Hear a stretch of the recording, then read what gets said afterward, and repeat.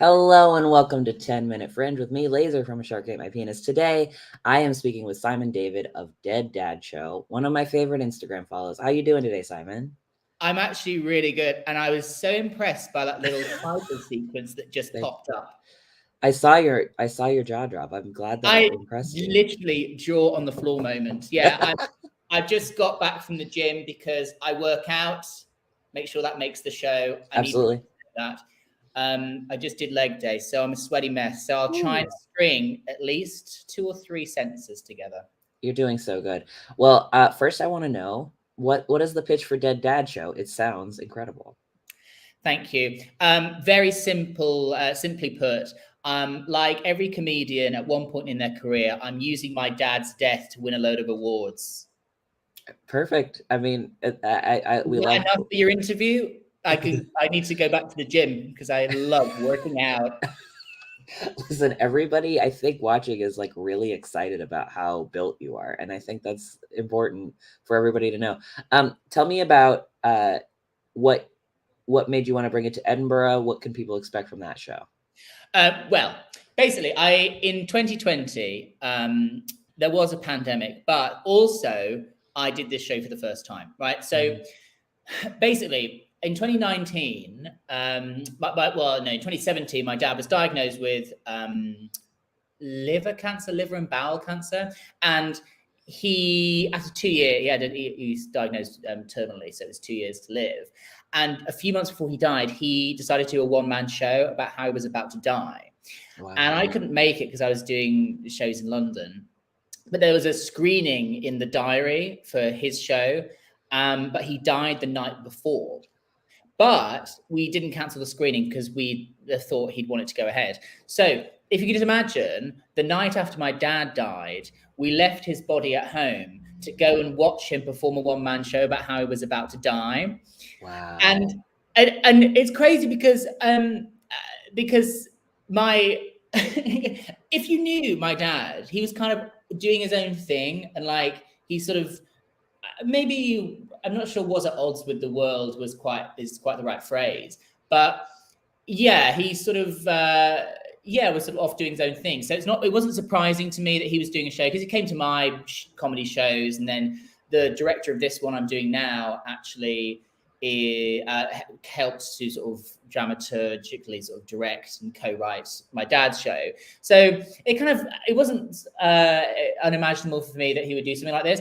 But yeah, to sort of watch him perform a show while his body's at home, and his show is sort of a call to arms, a sort of motivational show about how, you've got to use the time you have left.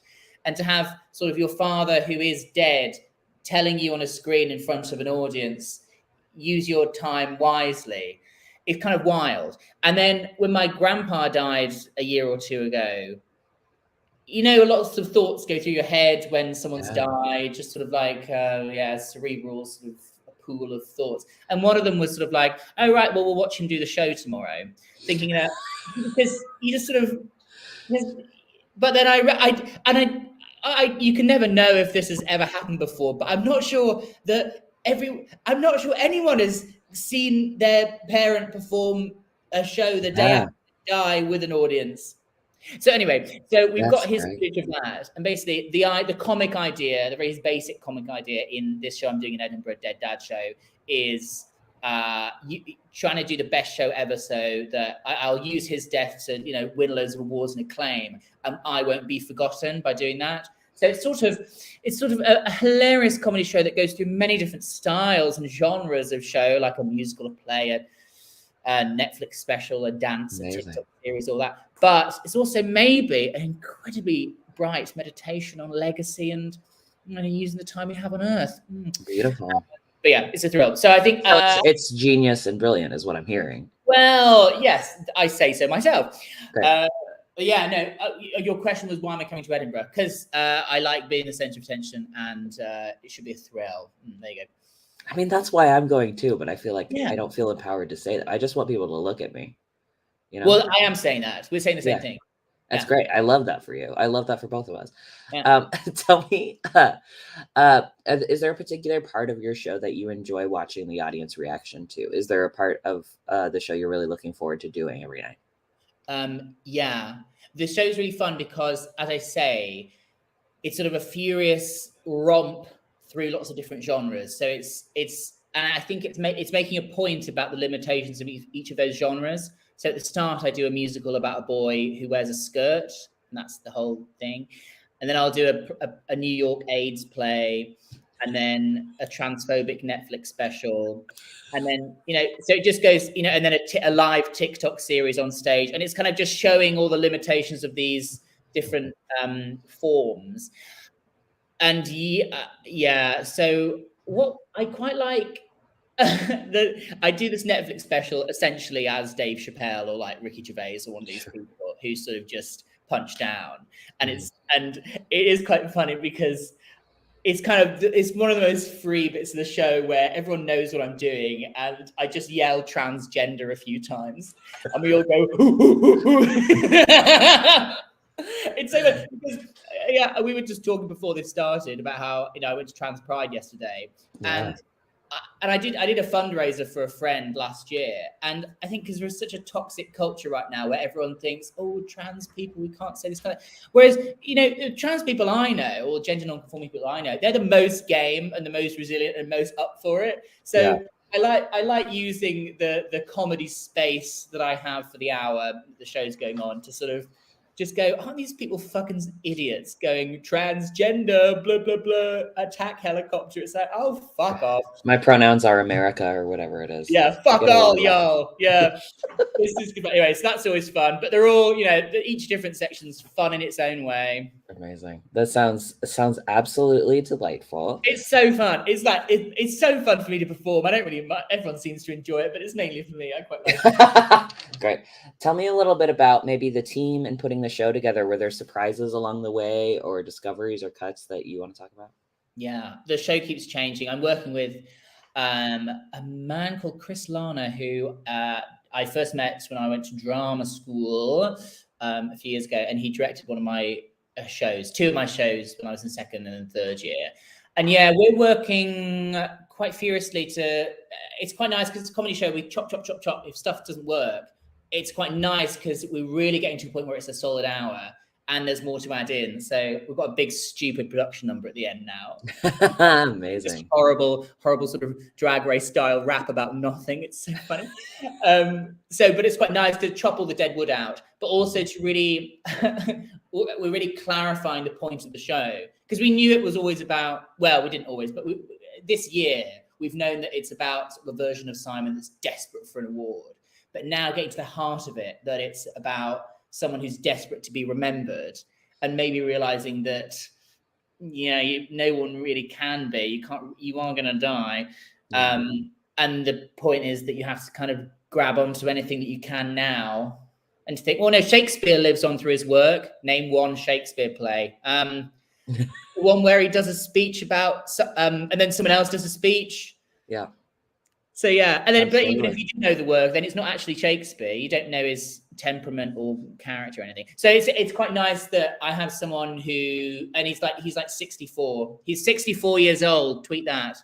And it's quite nice that there's someone with that experience and that sort of skill. He's a bloody genius, which is really annoying. So he keeps writing really good stuff, and I'm like, and he always writes the best jokes in the show as well, and they get the biggest laughs. And I'm like, yeah.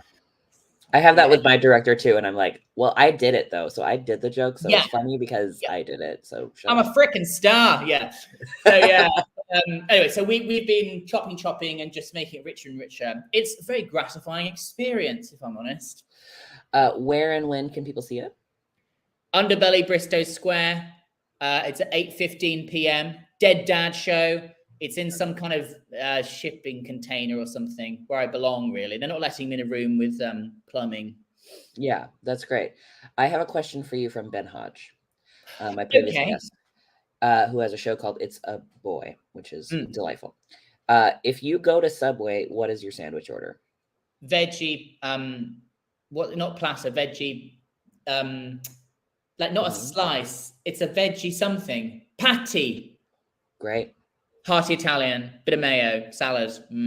That's amazing. I don't think we have vegetarian options at Subway here. Well, we're killing it over here with our. Yeah, you really are. Do you have a question for my next guest, Simon David? Am I allowed to know who it is? I can look it up. Yeah, let me see. It is. From Darling Windy, April Wish. It's a show about Peter Pan. Okay. Right. Okay. Can I do it based off that? So Peter Pan, frozen in time. What age would you like to be frozen in time for the rest of your life? Oh. And Laser, what age would you choose? Oh my God, probably 25. 25. How old are you now? 35. Really? Yeah. Oh, I would have said you were 28 like me, darling. Yeah. Well, thank you so much. It's the trans reset. We love. Okay, good for you. When's my cis reset coming? That's what I want to know. I don't know. You can maybe just transition back, and then you can. Perfect. To the old 360. Deal. Estrogen is amazing for your skin. Completely unproblematic there. Wonderful. You can say it. I'll keep my mouth shut. That's right. There you go. Take that. Simon, those are the questions I have. Thank you so much. I have to say, everybody, please follow Simon on Instagram. You do the best gay comedian. Is that you? Oh yeah, we're doing a one-off in Edinburgh as well, and we're doing the final of Straight Comedian of the Year 2023. Yeah. I'm giving a platform for heterosexual talent in this ever-changing queer comedy landscape. So yeah, the final of that is Thursday, 24th of August, also at Underbelly, Bristo Square. I don't want to ruin it, but is it that every time it turns out everybody's gay? Is that kind of? Well, no, please. You're actually false advertising there, ladies. Okay, I'm getting angry now. Okay. No, some devious queers in the past have infiltrated the competition, and I've had to out them in front of everyone, and we all yell, "Shame on you! Shame on you! How dare you!" You know, all that, and they run off. And in the past, I've put people through mandatory conversion therapy, but it hasn't worked. But you know, I'm hopeful. We've got a few acts booked in that I'm very hopeful are fully straight. Fingers crossed. They're still out there. There are still fully straight. There are some straight comedians out there, and I'm determined to let their light shine. Amazing. Well, everybody check both of those things out. And Simon. Oh, Simon David. Simon David is me. I'm on everything. I'm not on Twitter anymore. Are you on Twitter? I am, but just to promote my Edinburgh show. Yeah, and no one cares about my tweets. It's okay. It's not. We care about you as a person. I can't write funny things. I'm more a visual sort of, videos. Anyway, Simon, thank you so much for joining us right after the gym where you worked out. And we will see you up in Scotland soon. Yeah, we'll hang out. I'm thinking of doing a weekly thing for artists called like the Weekly Complain or something, where we all meet in an afternoon and just complain about how of an awful time we're having. I love it. That sounds great. No, seriously, are you there the whole month? Mm-hmm. Yeah, I'm there 8th to 28th. That's enough time for you to hate your life and need to like. All I did last year, my friend Lois was doing some producing support for my show last year, and all I did was complain at her. Even if I had a good show, if I had a bad show, I was like, oh, they didn't get it, or there weren't enough people. If I had a good show, I was like, well, I hate that I'm happy now, because if I have a bad show, I'll be sad. It was really demented. That's my life motto. This year. My life motto is only regrets. Like, you're gonna regret everything you do, and so you might as well just do it. I mean, I love the attitude. All right. Not this interview though, darling. This has been wonderful. Of course, I'm great. Okay. Thank you so much, everybody, for watching 10 Minute Fringe, and we'll see you at the next one.